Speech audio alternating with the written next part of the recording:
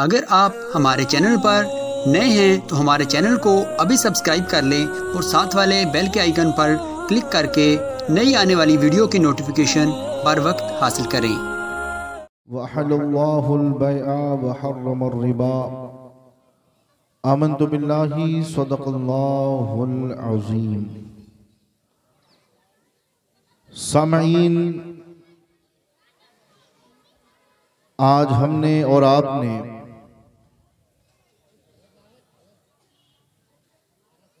एक ऐसे मेहमान को अपने माथे की निगाहों से देखा कि जिसने बॉडी बिल्डिंग में अव्वल पोजीशन हासिल की। तहे दिल से हम और आप इस नौजवान के लिए दुआ गो हैं कि अल्लाह रब्बुल इज़्ज़त इसे आगे भी मज़ीद कामयाबी अता फरमाए और ये नौजवान अपनी मिल्लत का नाम रोशन करे। ज़्यादा बात न करते हुए कुछ ऐसे मसाइल पर गुफ्तगू करना चाहूँगा कि जो वक्त की ज़रूरत है, और रफ्ता रफ्ता ये चीज़ इस कदर बढ़ती नज़र आ रही है कि शायद ही कोई एक घर बचा होगा जो इस चीज़ में मुब्तला न हुआ। कुरान में अल्लाह रब्बुल इज़्ज़त इरशाद फरमाता है कि हमने बैअ को यानी लेन देन को हलाल किया और सूद को हराम कर दिया। सामईन, आप मुसलमान हैं, मोमिन हैं और अल्लाह के रसूल के उम्मती हैं, और एक मुसलमान और एक मोमिन और अल्लाह के रसूल के उम्मती के लिए कुरान और उसके रसूल का फरमान काफी होता है। वो मुसलमान ही नहीं जिस पर कुरान की आयतें असर न करे, और वो मोमिन ही नहीं कि जिस पर अल्लाह के रसूल का फरमान असर न करे। कुरान में अल्लाह ने फरमा दिया कि लेन देन तो तुम पर हलाल है और ये जो सूद है वो तुम पर हराम कर दिया। और अल्लाह के रसूल सल्लल्लाहु अलैहि वसल्लम इरशाद फरमाते हैं, और इस हदीस को गौर से सुनिएगा और अपना मुहासबा कीजिएगा।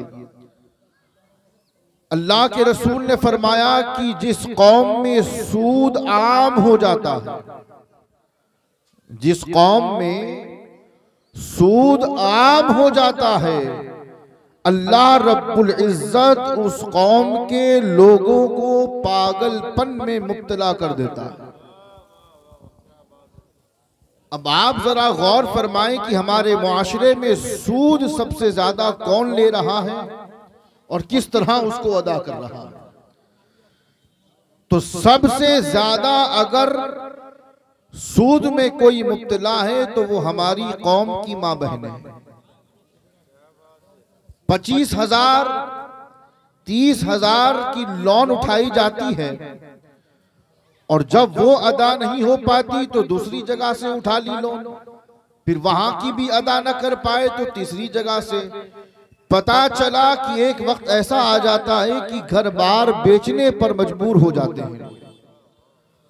और ये मेरा अपना सर्वे है, क्योंकि मेरा ताल्लुक थोड़ा दुआ तावीज से भी है कि मेरे पास जितनी भी खवातीन आती हैं, आप यकीन नहीं मानेंगे 60% ऐसी खवातीन हैं जो दिमाग की गोलियां खा रही हैं। अब ये पागलपन नहीं है तो क्या है? गौर कर रहे हैं आप? मसला ये है कि हमारी कौम के बुजुर्गों को इसका इल्म ही नहीं होता, क्योंकि उनकी तो सुबह भी इसी चबूतरे से होती है और शाम भी इसी चबूतरे पर होती है। घर में क्या हो रहा है, घर के हालात क्या हैं, हमारे घर की औरतें क्या कर रही हैं, इन चीजों से हमारा कोई ताल्लुक नहीं। और पूछा जाए कि जनाब ऐसी क्या मजबूरी आन पड़ी, क्या खाने को खाना नहीं था, पहनने को कपड़ा नहीं था, तो कहेंगे कि नहीं, आज इस महीने में फला रिश्तेदार के साथ शादी, अगले महीने में फला रिश्तेदार की शादी, और हर शादी में नया खर्च, नया कपड़ा। तो जाहिर सी बात है ना, पैसे कपड़े फ्री में तो मिलते नहीं है, पैसा होगा तो कपड़ा खरीदा जाएगा। तो मुख्तसर ये कि फजूल खर्चियां हमारी इतनी बढ़ गई, चाहे शादी के हवाले से हो, चाहे त्योहार के हवाले से हो, या किसी भी हवाले से, कि मजबूरन हमारे घर की औरतों को सूद लेना पड़ रहा है। अल्लाह के रसूल ने फरमाया कि मेराज की शब जब मुझे जन्नत और दोज़ख की सैर कराई गई तो मैंने जहन्नम में चंद ऐसे लोगों को देखा कि जिनके पेट बहुत बाहर निकले हुए थे। मैंने जिब्रील अमीन से पूछा, ऐ जिब्राइल, ये कौन लोग हैं जिनके पेट इस कदर बाहर को निकले हुए हैं, बड़े बड़े हुए हैं? तो जिब्रील अमीन ने मुझसे अर्ज किया कि या रसूल अल्लाह, ये वो लोग हैं जो सूद लिया करते थे, दिया करते थे, और अल्लाह ने इनके पेटों में सांप और बिच्छुओं को भर दिया। तो ये अजाब इलाही है। और अल्लाह के रसूल ने एक मुकाम पर फरमाया कि जो कौम सूद में मुब्तला हो जाती है, फिर अल्लाह उस कौम को बर्बाद कर देता है, वो कौम कभी तरक्की नहीं कर सकती। तो प्यारो, मुख्तसर सी बात इतनी है कि इस हवाले से हमें और आपको बेदार होना है, और बिलखुसूस हमारे घर की खवातीन को इन चीज़ों से रोकना है, क्योंकि कई मसाइल हमारे सामने ऐसे आए कि लोगों ने सूद के चक्कर में अपना सब कुछ बेच दिया। और ये कोई अच्छी चीज़ नहीं है जो हम इसको बढ़ावा दें, ये कोई बहुत अच्छी चीज़ नहीं है कि हम इसको प्रमोट करें। ये बुराई है, और ऐसी बुराई है कि इस बुराई में सिवाय बर्बादी के हमें कुछ हासिल नहीं होगा। तो इस बात पर जरा गौर फरमाएं, वरना लाख नमाजें पढ़ लो, लाख रोजे रख लो, लाख सुन्नती लिबास से बेतन कर लो, चाहे जितनी लंबी दाढ़ियां कर लो, लेकिन याद रखना, अगर ये काम तुम कर रहे हो तो न नमाज कबूल है, न रोजा, न तुम्हारी सुन्नतें, न ही कोई नेक अमल। अजीज़ान मिल्लत, हलाल कमाओ, हलाल। ये जो उलमा की बातें असर नहीं करती है ना हमारे दिलों पर, न कुरान असर कर रहा है, न हदीस असर कर रही है, न पीर की बात का कोई असर, न आलिम दीन की बात का असर, उसकी एक वजह यह भी है कि जो लुक़्मे हराम के हमारे पेट में पड़े हैं, उन लुक़मों ने हमारे दिल को इस कदर सियाह और काला कर रखा है कि न कुरान की आयतों का असर है, न अल्लाह के रसूल के फरमान का असर है।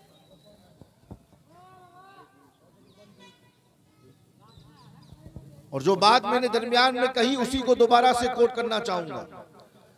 एक वक्त था कि हमारी जमात में, जो जमात की शादियां हैं, वो साल में सिर्फ एक बार हुआ करती थी। अब हर महीने शादी, हर हफ्ते शादी, हम निकाह पढ़ा कर परेशान। एक जमात की शादी, मिसाल के तौर पे पिछले महीने जमात की शादी हुई, एक हफ्ता गुजरा, फिर एक कंकोत्री लेकर आ गया, कार्ड लेकर आ गया, हजरत मेरे बेटे की निकाह है। अरे हफ्ता भर पहले तो जमात की शादियां हुई, क्यों नहीं की? अरे बाबा, कोई भी वजह बता दी जाती। तो बड़ाए करम हाथ जोड़कर गुजारिश करता हूं कि जनाब, ये फजूल खर्चियां रोको, हर महीने में जो शादियां हो रही हैं उसे रोको, और साल में ज्यादा से ज्यादा जमात की शादियां अगर हो तो 1 से 2 हो, 2 से ज्यादा ना होने पाए। आज 25,000 सूद पर लिए जा रहे हैं, महंगाई और बढ़ेगी, फिर तुम्हारी औरतें 50,000 लेंगी, फिर लाख तक बात पहुंचेगी, पता लगा जमीन भी बेचनी पड़ेगी, घर बार भी बेचना पड़ेगा, और तबाह व बर्बाद हो जाओगे। और ये दर्द ऐसा है कि न सह पाओगे न कह पाओगे। तो थोड़ा सा बेदार हो इस हवाले से, और बैठकर बात करें कि इस पर हमें कैसे काम करना है और इस पर हमें कैसे आगे बढ़ना है। क्योंकि कई सालों से हम इस चीज को देख रहे हैं कि पहले तो ये चीज कम थी, लेकिन अब इतनी बढ़ गई कि 12 महीने में अगर रमजान को निकाल दिया जाए तो 11 महीने में कोई एक महीना ऐसा नहीं होता कि जिस महीने में किसी के यहाँ शादी ना होती। तो इससे तो हम भी तंग आ चुके हैं, और जहां तक मैं समझता हूं कि आप भी तंग आ चुके होंगे। तो लिहाजा बैठकर बात की जाए, और जो तरीका पहले राइज था, या तो एक ही बार हो, या एक से ज्यादा अगर करना चाहे तो 2 से ज्यादा ना होने पाए। एक सर्दी के दिनों में, एक गर्मी के दिनों में 2 जमात की शादियां काफी हैं। और अगर कोई बंदा दरमियान में शादी करता है इन 2 मौकों के अलावा, तो ऐसे बंदे पर यह कानून आयद किया जाए कि वो पहले आकर अपनी मजबूरी बयान करे, वो बताए कि अल्लाह न करे मेरे घर में इंतकाल हो गया था, अल्लाह ना करे मेरे घर में कोई बुजुर्ग बीमार था, अपना उज्र पेश करे, अगर उसका उज्र माकूल हो और तस्लीम करने के काबिल हो तो फिर उसे इजाजत दी जाए, और अगर उसके पास कोई माकूल उज्र नहीं है तो ऐसे शख्स को मना किया जाए और कहा जाए कि अगर तुम जमात की शादियों के अलावा किसी और महीने में शादी करते हो तो मोहल्ले का इमाम आपके बच्चे की निकाह नहीं पढ़ाएगा। तो ये चंद जो बातें मैंने कही है इस पर गौर करने की जरूरत है, और मुझे आप पर यकीन है कि अगर ये कानून मिलकर बनाया जाएगा और मिलकर इस बात पर अगर काम किया जाएगा तो इंशाअल्लाह तबारक व तआला कौम पर भी मुझे यकीन है कि इंशाअल्लाह कौम उस पर अमल करती नजर आएगी। क्योंकि जब कोई कहता नहीं है तो करना आसान हो जाता है कि भाई कोई बोल ही नहीं रहा है, कोई कह ही नहीं रहा है, तो फिर क्या फर्क पड़ता है, जिसको जब चाहे जो चाहता है अपनी मनमानी करता है। लेकिन जब आप समझाएंगे, कहेंगे, बताएंगे तो इंशाअल्लाह मेरा यकीन है कि कौम इस पर अमल करेगी और वही तरीका राइज होगा जो पहले राइज था। तो अल्लाह रब्बुल इज्जत से दुआ है कि अल्लाह हमें आपको इन बातों पर गौर करने की तौफीक अता फरमाए और अल्लाह हमें और आपको कौम की तरक्की के हवाले से गौर व खौस की तौफीक दे। सुभान अल्लाह।